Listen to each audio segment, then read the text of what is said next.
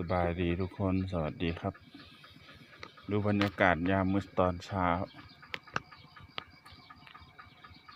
าพี่น้องตอนเช้า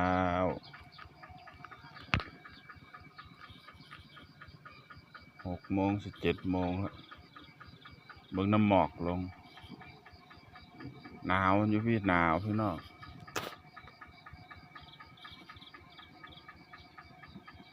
หน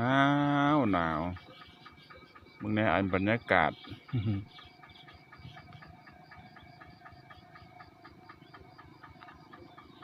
จักหนาวว่าหนาวเราคอยจะมาค้างสั่นวัก เบิ่งผู้ใดอยากอยู่อากาศดีๆเด้อพี่เด้อทางพี่เด้อเมืองดักจึงเด้อ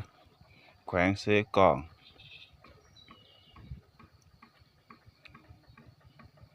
ที่คอยอยู่นี่ก็คือบ้านอย่างบ้านดักมวน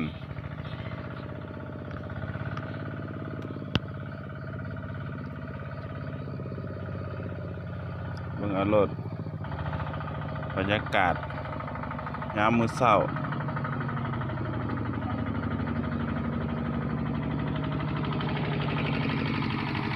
บรรยากาศครับไปให้ไปนา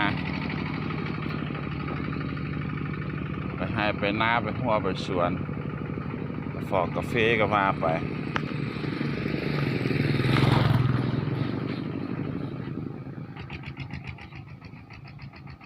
ขี่รถแตก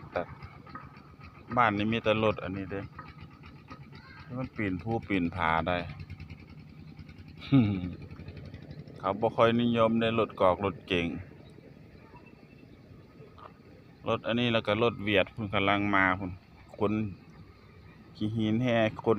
นดินขนทรายไปฮ้อนคำฮ้อนเงินเขาแล่นเบิดคืนพี่น้องรถอันนี้เพราะว่าเฮือนเขาสิเพสิพัง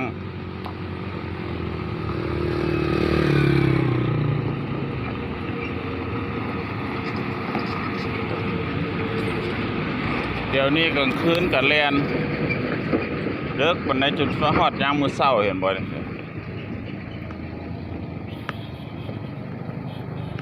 เขาได้เที่ยวล้านเลยผู้ใดได้หลายเที่ยวก็ได้หลายล้านเที่ยวนึงเขาได้เที่ยวละล้าน